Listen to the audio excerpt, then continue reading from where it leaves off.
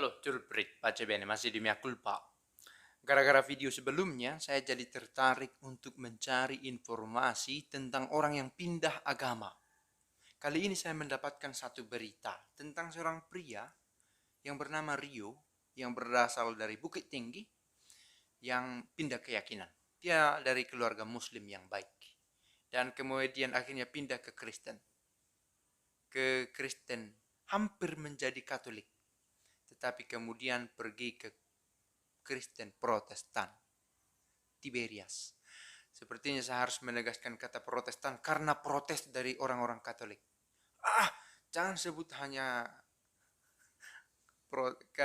Kristen hanya kepada kelompok Protestan. Katolik itu juga Kristen katanya. Lihatlah, tendensi untuk memprotes itu memang natural. Protestantisme itu movement. Tidak ada gereja Protestan.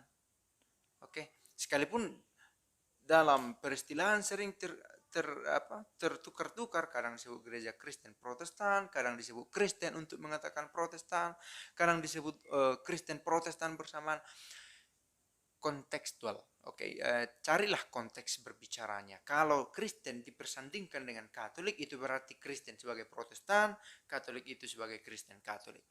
Kalau dipersandingkan Protestan dengan Katolik, oke, itu sudah dengan jelas antara Kristen Protestan dan juga Katolik. Nah, oke, kita kembali ke kisah Rio. Menarik bagi saya. Mengapa? Dikatakan begini. Saat tiba hari Minggu, Rio menetapkan hati untuk masuk gereja. Sebenarnya dia takut untuk memberitahu ini kepada orang tuanya.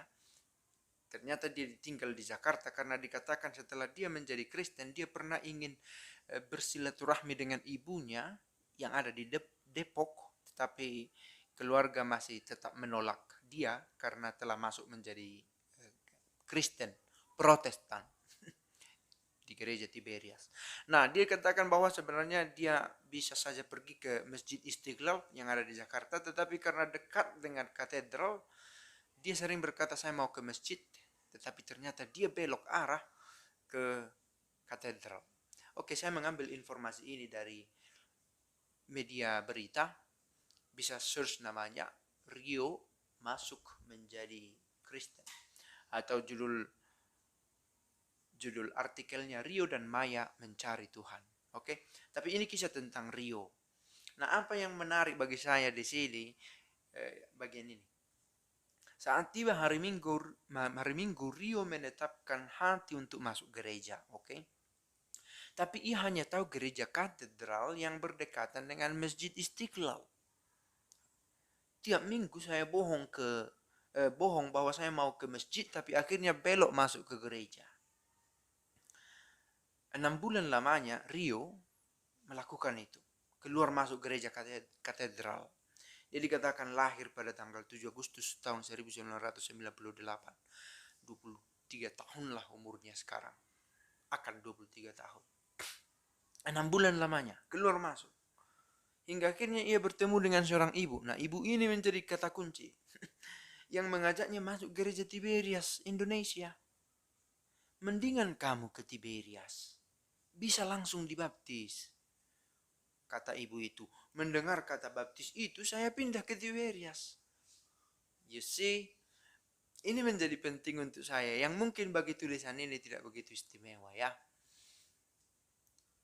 Proses yang prosedural, administratif, tahap-tahap yang harus dilalui untuk menjadi seorang Katolik, kadang menjadi cobaan yang berat, yang membosankan, yang tidak sabar untuk ditunggu momen ini, untuk dilalui momen ini sehingga ada orang yang pergi. Lihat ini, mendengar kata baptis itu saya pergi ke Tiberias. Oke, ini bukan soal pindah agama, belum, karena dia dari Muslim dan belum sah menjadi Katolik. Juga tidak dikatakan bahwa dia adalah seorang katekumen. Mengapa? Barangkali karena susah dia mau menjadi seorang katekumen. As usual, seperti biasa, kita mau hubungi siapa, urus surat ini itu, bagaimana mau urus surat pernyataan izin orang tua sudah tidak diizinkan, akhirnya kadang mentok di sana, hal-hal semacam itu. Tapi dia langsung dengan gampang diyakinkan oleh si ibu ini superhero-nya di sini, apa namanya, untuk perempuan, the woman hero. Dia pahlawannya di sini yang dengan memakai kata kunci, mari lebih gampang dibaptis di sana, kamu langsung dibaptis. Benar juga katanya. Bukankah itu memang yang dicari oleh Rio? Cita-cita Rio menerima baptisan akhirnya terwujud pada Mei 2012. Umur 14 tahun, masih sangat muda. Hampir setahun setelah mengalami peristiwa yang disebut perjalanan roh tadi. Itulah perjalanan rohnya katanya. Pertama, kita bisa kembali ke cerita awal bahwa dia bermimpi. Sebenarnya dia tidak punya banyak teman orang Kristen, tetapi dia bermimpi bertemu dengan seseorang yang berbaju putih, lalu mencoba memanggilnya, lalu dia tidak begitu mengerti tentang panggilan itu, lalu dia tidur lagi. Tetapi mimpi itu sepertinya mengganggu dia sampai dia yakin, bukankah ini panggilan bagi saya untuk menjadi Kristen?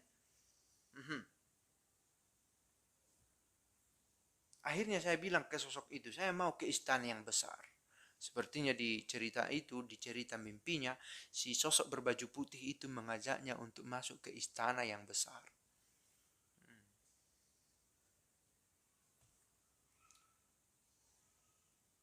Ada kisah di sini tentang penampakan, penglihatan yang dia temukan di dalam mimpi yang dia yakini adalah perjumpaan personalnya dengan Yesus.